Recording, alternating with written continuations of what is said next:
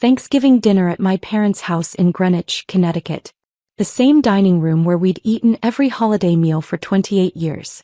The same china, the same centerpiece, the same seating arrangement. And the same conversation. "So Rachel," Uncle David asked as he reached for the gravy, "what are you doing these days?" Before I could answer, my brother Marcus cut in. "Oh, Rachel's still playing entrepreneur." "What is it now, the third failed startup?" "Second," I corrected quietly. "And it hasn't failed. Yet," Marcus added with a laugh. He was 33, 5 years older than me, and worked as a senior analyst at Goldman Sachs. To the family, this made him the successful one. "Come on, Rach. How long are you going to keep pretending?" Mom set down her wine glass. "Marcus, don't be cruel." "I'm not being cruel. I'm being realistic. She's 28, living in a studio apartment in Queens, working on some tech thing nobody understands. Meanwhile, I'm buying a house in Westchester." "Congratulations," I said evenly, cutting my turkey. Dad leaned forward. "Rachel, your mother and I have been talking. This startup phase needs to end. You have an MBA from Wharton. You could get a real position at a consulting firm, a bank, somewhere with stability." "I have stability." Marcus laughed again. "A studio apartment in Queens is not stability. What's your annual salary? 40,000? 50. I don't take a salary yet. We're reinvesting everything into growth." "See?" Marcus turned to Dad triumphantly. "She's working for free. This is exactly what we're talking about." My sister Lauren, 30 and a corporate lawyer, spoke up from across the table. "Rachel, I think what everyone's trying to say is that we're worried. You graduated top of your class at Wharton 3 years ago. You could be making $200,000 a year at McKinsey. Instead what exactly are you doing?" "Building artificial intelligence for healthcare diagnostics. We've developed an algorithm that can detect certain cancers from routine blood work 18 months earlier than current methods." Silence around the table. Then Marcus, "That sounds made up." "It's not made up. We have 3 granted patents and 4 more pending. We're in clinical trials at 6 hospitals." "Clinical trials?" Aunt Susan raised an eyebrow. "That sounds expensive. Where's the funding coming from?" "We raised $40 million in Series B funding 8 months ago." Marcus set down his fork. "$40 million. Rachel, stop lying." "I'm not lying." "Then show us proof. Show us a bank statement, a contract, anything." I could have. I had the term sheets on my phone, the patent certificates, the hospital partnership agreements. But I'd learned something over 3 years of family dinners. People who decided you were failing didn't want evidence of success. They wanted permission to keep dismissing you. "Believe what you want," I said quietly. Mom sighed heavily. "Rachel, this is exactly the problem. This defensive attitude. We're trying to help you. By calling my work fake? By encouraging you to be realistic," Dad said. "You're not a doctor. You're not a scientist. You have a business degree. This medical AI thing, it's out of your depth. I have a team of 12 people. 6 have PhDs in computer science or oncology. 2 are former researchers from Memorial Sloan Kettering. 1 developed the diagnostic framework used by most major hospitals. And you're what, their boss?" Marcus's tone was pure skepticism. "I'm the CEO and founder. I built the initial algorithm, secured the patents, raised the funding, and assembled the team." Lauren exchanged a glance with Marcus. "Rachel, that's quite a claim." "It's not a claim. It's what I do every day." "Then why are you living in Queens?" Marcus demanded. "If you're running a $40 million company, why aren't you in Manhattan? Why do you dress like you shop at H&M? Why do you drive a 10-year-old Toyota?" "Because I value the mission over appearances. And because every dollar I don't spend on luxury is a dollar we can invest in research." "That's a convenient excuse for being broke," Marcus muttered. I set down my silverware carefully. "I'm not broke." "Sure you're not." He took a long drink of wine. "Look, I get it. Nobody wants to admit failure. But at some point you need to cut your losses and get a real job. I can probably get you an interview at Goldman. Entry level, obviously, but it's a start." "I don't want an entry-level position at Goldman." "Because you're too proud to admit you wasted 3 years?" "Because I'm busy running my company." "Your imaginary company," he corrected. Mom reached across the table to pat my hand. "Sweetheart, we love you. But this fantasy needs to end. You're almost 30. Don't you want stability? Marriage? Children? How are you going to find a husband when you're pretending to run a medical company? I'm not pretending. Then prove it, Marcus challenged. Show us something real. Not stories about patents and funding, actual proof. I could feel everyone's eyes on me. Aunt Susan, Uncle David, Lauren, Mom, Dad, Marcus. All of them waiting for me to either produce evidence or admit I'd been lying. I thought about my phone in my purse. The emails from Johns Hopkins about our clinical trial results. The term sheet from the Series C funding round we were closing next month. $120 million at a $890 million valuation. The patent certificates. The hospital contracts. But what would it prove? That they'd been wrong? That their dismissal for 3 years had been unjustified? They'd find another reason to doubt. Another way to minimize. Another explanation that let them keep believing I was the family disappointment. I have nothing to prove to you, I said quietly. Marcus leaned back in his chair. Translation, she's got nothing. Marcus, that's enough, Dad said, but his tone lacked conviction. No, it's not enough. For 3 years, we've all pretended along with her delusion. Oh, Rachel's an entrepreneur, how exciting. Meanwhile, she's living in a studio apartment, working for free, claiming to have raised $40 million from investors who apparently don't exist. They exist. Names. Give me names. What venture capital firms invested in your imaginary company? I met his eyes. Sequoia Capital. Andreessen Horowitz. Kleiner Perkins. The table went completely silent. Those are the 3 biggest VC firms in the country, Uncle David said slowly. I know. Marcus laughed, but it sounded forced. Okay, now I know you're lying. There's no way firms like that invested in some medical AI startup run by a 28-year-old with zero healthcare experience. They did their due diligence. They believed in the technology and the team. Rachel, Lauren's voice was gentle but firm. Those firms invest in companies founded by Stanford PhDs and serial entrepreneurs. Not Wharton MBAs with no technical background. I taught myself to code when I was 15. I have a minor in computer science from Penn. And I did 2 years of cancer research at Penn Medicine before business school. You never mentioned that, Mom said. I tried. Multiple times. Nobody was interested.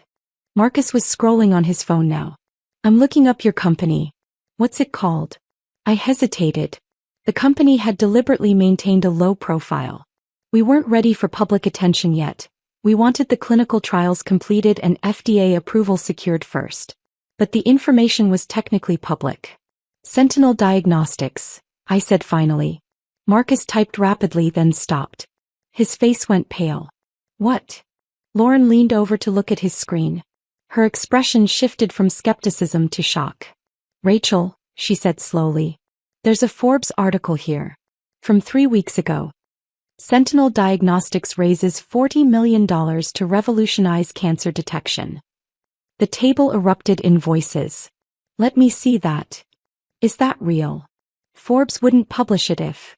Marcus was still staring at his phone. There's a photo. Ew. It's. He turned the screen toward me. It's you. I looked at the familiar photo. The one Forbes had taken during their interview at our lab in Manhattan. Professional photographer, professional styling. Me in a white coat standing in front of our diagnostic equipment looking directly at the camera. The headline, 28-year-old CEO might have solved early cancer detection. When was this published? Dad asked. November 8th. Lauren read from her own phone. 3 weeks ago. 3 weeks. Mom's voice rose. Rachel, why didn't you tell us? I tried to tell you. For 3 years. Marcus was scrolling frantically now. There are dozens of articles. TechCrunch, CNBC, The Wall Street Journal. Rachel, what the? His phone started buzzing. Then Dad's. Then Lauren's. All at once their phones lit up with notifications. Marcus answered his first. Hello? Yeah, this is Marcus Chin. What? No, what cover? He went silent, listening. His face drained of all color. Are you sure? That can't be. He looked at me, eyes wide. You're on the cover of Forbes. What? Mom grabbed for his phone. The Forbes 30 under 30 issue, Marcus said faintly. Healthcare category. It releases digitally tonight. Someone at my office just saw it. He turned his phone screen toward the table. And there I was. The cover of Forbes. The 30 under 30 special issue. My face centered on the screen, professional and confident with the headline, "The Youngest Healthcare Billionaire. How Rachel Chen is Revolutionizing Cancer Detection." The word billionaire seemed to echo around the silent dining room. "That's impossible," Marcus whispered. "That says billionaire. With a B." Lauren was reading from her own phone, her lawyer's voice shaking. "The article says, it says Sentinel Diagnostics is valued at $1.2 billion after the Series C funding round closes next month. Rachel, you own 62% of the company. That makes your net worth $744 million, I said quietly. On paper. Until the Series C closes, then it'll be higher. Silence. Absolute silence. Then chaos. You're worth $700 million? Mom's voice was nearly a shriek. And you're living in Queens? Aunt Susan added. Why didn't you tell us? Dad demanded. I looked at each of them calmly. I tried. At last Thanksgiving I explained that we'd raised series of funding. Marcus said I was playing entrepreneur. At Christmas I mentioned the clinical trials. Lauren said it sounded out of my depth. At Easter I talked about the patent approvals. Mom said I should get a real job. But you never said you were worth, Marcus started. Because the valuation wasn't real yet. It was just projections. And because every time I tried to explain what I was building, someone interrupted to tell me I was wasting my time. Lauren was reading from her phone, her professional demeanor shattered. The Forbes article says Sentinel Diagnostics has partnerships with Johns Hopkins, Mayo Clinic, Cleveland Clinic, Massachusetts General, Cedars-Sinai, and UCSF. 6 of the top 10 hospitals in the country. We're starting clinical trials at Stanford and Penn Medicine next quarter, I added. That'll make 8.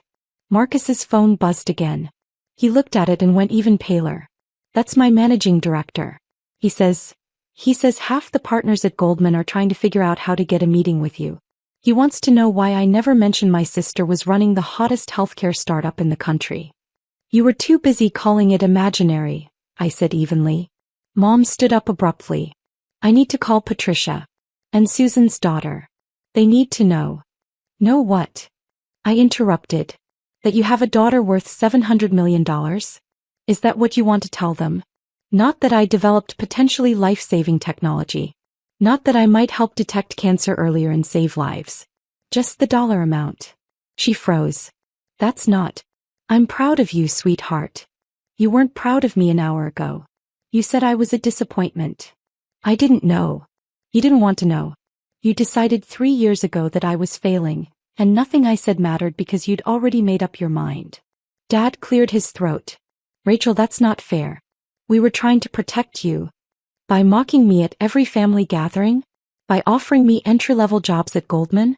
By calling my life's work, playing entrepreneur? We thought, Lauren started. You thought I was lying. Or delusional. Or both. Because my path didn't look like yours. Marcus set his phone down carefully. His hands were shaking. Rachel, I'm sorry. I was a complete asshole. I didn't know. You didn't ask. None of you asked. You saw the studio apartment in Queens and the old Toyota and decided that meant I was struggling. You never considered that maybe I was choosing to live modestly because I believed in reinvesting capital into research. But you could have explained, Mom began. I tried. For 3 years. Every family dinner, every holiday, every phone call. I explained the technology, the patents, the funding, the clinical trials. And every single time, someone dismissed it as fantasy or delusion or playing pretend. The table was completely silent now. Several phones were buzzing constantly, but nobody was answering them. Uncle David spoke up quietly. Rachel, what exactly does your technology do? It was the first time anyone had asked. In 3 years. The first time anyone had shown genuine interest in the work rather than dismissing it. I took a breath. We developed an AI algorithm that analyzes routine blood work. The kind people get during annual physicals. The algorithm can identify biomarkers for certain cancers 18 to 24 months earlier than current diagnostic methods. For cancers like pancreatic or ovarian, where early detection dramatically improves survival rates, our technology could save tens of thousands of lives annually. That's incredible, Uncle David said softly. It is. And if it works the way we hope, if the clinical trials confirm what we're seeing in the initial data, it could fundamentally change cancer treatment. Catch it earlier, treat it more effectively, save more lives. And you built this? Aunt Susan asked. I led the development. I wrote the initial algorithm, secured the patents, recruited the team, raised the funding, and structured the hospital partnerships. I did this. Me. The family disappointment. Nobody spoke. Marcus's phone rang again. He glanced at it, then looked at me. That's my managing director again. He's asking if you're accepting meetings. He wants to discuss Goldman managing your IPO. We're not ready for an IPO yet. When you are, though. When I am, I'll consider all the investment banks, including Goldman. I paused. Probably not the one where you work, though. That might be awkward.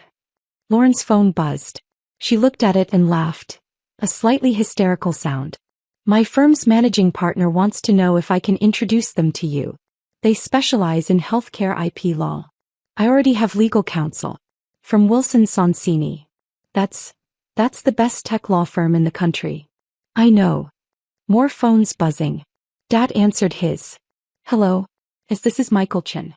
What? Oh, yes, Rachel is my daughter. Why? He listened, face going red. Forbes? Tonight? I hadn't. He covered the phone. Rachel, this is someone from my country club. They want to do a feature on you in the club newsletter. Tell them no. But tell them I'm not interested in being featured because my father is a member. If they want to feature Sentinel Diagnostics, they can contact our PR team directly. He relayed this and hung up, looking stunned. Mom's phone rang. She answered, listened, then burst into tears. Yes, Rachel Chin is my daughter. No, I didn't know about the Forbes cover. I'm very proud. Yes, of course. Thank you. She hung up. That was my book club president. Everyone's talking about you. They want you to speak at our annual luncheon. I'm not available. Rachel, please. Mom, an hour ago you called me a disappointment. Now you want me to speak at your book club. I didn't mean. You meant it. You've meant it for 3 years. The only thing that changed in the last 20 minutes is that Forbes confirmed I'm legitimate. Your love and pride are conditional on external validation. He was crying openly now. That's not true. I love you. I've always loved you. But you didn't respect me. There's a difference. My phone had been buzzing throughout dinner, but I'd kept it in my purse. Now I pulled it out. 83 text messages. 47 missed calls. Hundreds of emails. Congratulations from colleagues, investors, hospital partners, former professors. Media requests for interviews. Speaking invitations. Investment inquiries. And one text from my lead investor at Sequoia. Congratulations on the Forbes cover. You've earned this recognition. The technology is going to change the world. Proud to be your partner. I showed that text to Marcus. That's from Sequoia Capital. The firm you said didn't exist. He read it silently, then set my phone down. Rachel, I'm sorry. I'm so sorry. I was wrong about everything. I underestimated you, dismissed you, mocked you. You were doing something incredible and I was too arrogant to see it. Thank you for saying that. Can I do anything to make this right? Respect me going forward. And maybe consider that success doesn't always look like a Goldman Sachs job and a house in Westchester. Lauren spoke up. Rachel, I'm sorry too. I should have listened. I should have believed you. You tried to tell us and we shut you down every time. Yes, you did. What do we do now? Mom asked through her tears. I looked around the table at my family. The same people who'd dismissed me for 3 years. Who'd called my work fake, my accomplishments imaginary, my life a waste. And now they were all staring at me with awe and regret and desperate eagerness to somehow be part of this success they'd refused to acknowledge until Forbes confirmed it. Now, I said calmly, I go back to work. I have clinical trials to monitor, FDA approvals to pursue, and hospital partnerships to expand. The Forbes cover is nice, but it doesn't change the mission. We're still trying to save lives. Can we help? Dad asked. Is there anything we can do? You can start by reading the Forbes article. Actually read it. Learn about what I've built, why it matters, how it works. Not because it makes me wealthy, but because it could save thousands of lives. We will, Mom promised. I'll read everything tonight. And maybe consider why you needed Forbes to tell you I was successful before you'd believe me. Why my word for 3 years wasn't enough. Why external validation mattered more than your daughter's actual work. Silence again. That's fair, Dad said quietly. That's more than fair. We failed you, Rachel. We should have believed in you. We should have supported you. We should have listened. Yes, you should have. My phone rang. I glanced at it. That's our chief medical officer. I need to take this. It's probably about the trial results from Mayo Clinic. I stood up, walking into the next room as I answered. Dr. Patterson, what's going on? Rachel, the Forbes cover is causing chaos. We've had 50 media requests in the last hour, and 3 hospitals just called asking to join the clinical trials. That's good, isn't it? It's overwhelming. Yes, good. I'm calling because Mayo Clinic just sent the phase 2 results. Rachel, the algorithm identified pancreatic cancer in 14 patients that were missed by standard screening. 14. All stage 1. All highly treatable. I closed my eyes. 14 people who would have been diagnosed at stage 3 or 4 without our technology. 14 people who now had a real chance at survival. That was what mattered. Not the Forbes cover. Not the billion-dollar valuation. Not proving my family wrong. 14 lives. That's incredible, I said softly. Send me the full data set. I'll review it tonight. Rachel, do you understand what this means? If these results hold across all 6 trial sites, we're looking at FDA approval within 18 months. This technology could be standard screening within 3 years. I know. Let's not get ahead of ourselves, though. We need the data to be absolutely airtight before we push for approval. After I hung up, I stood in the empty room for a moment, processing everything. 3 years of doubt from my family, culminating in today's dismissal and mockery. Then the Forbes cover revealing what I'd been trying to tell them all along. The shock, the apologies, the desperate attempts to somehow be part of the success they'd refused to believe in. And now, results from Mayo Clinic that suggested our technology was even more effective than we'd hoped. 14 people who'd have a chance to survive because of work my family had called imaginary. I walked back to the dining room. Everyone was still sitting there, phones out, reading articles about me in Sentinel Diagnostics. I need to go, I announced. I have trial results to review. Rachel, wait. Mom stood up. Can we talk, please? Not tonight, but soon. I want to understand what you're doing. Really understand it. Maybe. And I want to apologize properly. Not just for tonight, but for 3 years of not listening. I looked at her tear-stained face. At Dad's guilty expression. At Marcus and Lauren, both looking ashamed and awed in equal measure. Okay, I said finally. But not this week. I need space to process everything. Of course. Whenever you're ready. Marcus stood up. Rachel, before you go, can I ask you something? What? That offer for an entry-level job at Goldman. I was a complete asshole. But, if you ever need anything from me, any connections, any help, anything at all, I want to make this right. I considered him. My older brother who'd mocked me relentlessly for 3 years. Who'd called my life's work, playing entrepreneur, and my company, imaginary. Who was now offering help because Forbes had confirmed my legitimacy. If you want to make it right, I said, start by treating me with respect regardless of what Forbes says. Start by believing your sister when she tells you what she's accomplishing. Start by supporting people before they have billion-dollar valuations. I will. I promise. I grabbed my coat and purse and headed for the door. Rachel. Dad called after me. I turned. We're proud of you.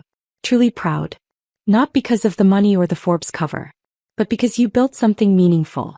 Something that matters. Thank you. But I wish you'd been proud 3 hours ago when you called me a disappointment.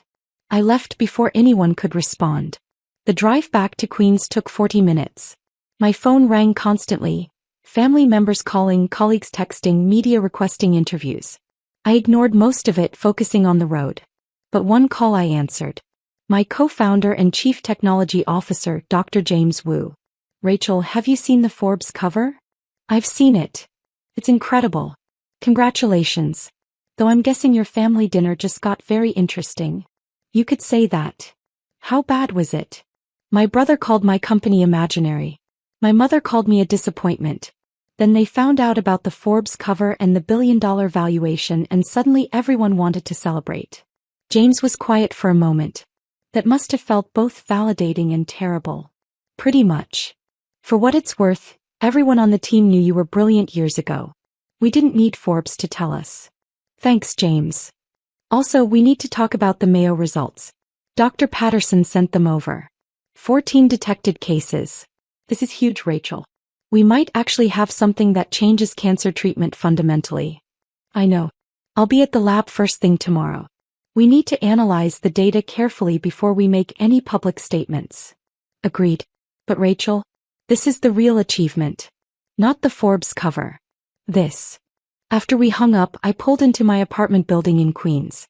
The same studio apartment Marcus had mocked tonight. Small, simple, affordable. Everything I needed. I could have bought a penthouse in Manhattan. A house in Greenwich like my parents. Something that screamed success and wealth. But I'd chosen to invest the money in research instead. In clinical trials and equipment, and hiring the best people. Because 14 people at Mayo Clinic had just been diagnosed with highly treatable stage 1 cancer instead of late-stage death sentences. That was worth more than any luxury apartment. Inside, I made tea and opened my laptop. The Mayo Clinic data was waiting. 14 patients. 14 lives. My phone buzzed with another text. This one from Mom. I read the entire Forbes article. Then I read 10 more articles about Sentinel Diagnostics. Rachel, what you're doing is extraordinary. I'm sorry I didn't see it before. I'm sorry I needed Forbes to show me. I love you and I'm proud of you. Not because you're a billionaire. Because you're saving lives. I stared at the text for a long time. Then I typed, "Thank you. That means a lot. Let's talk this weekend." Her response came immediately, "Whenever you're ready. I'll be here." I set the phone aside and opened the Mayo data. 14 patients. 14 families who'd get to keep their loved ones longer. 14 chances at survival. That was the real story. Not the Forbes cover. Not the billion-dollar valuation. Not proving my family wrong. Just the work. The mission. The daily effort of building something that mattered. Tomorrow the media attention would continue. More articles, more interviews, more people suddenly interested in what I was doing. But tonight I had data to review. Lives that might be saved. Work that actually mattered. I pulled up the first patient file and began reading. This quiet moment in a studio apartment in Queens, reviewing medical data that might change cancer treatment. This was success. Everything else was just noise.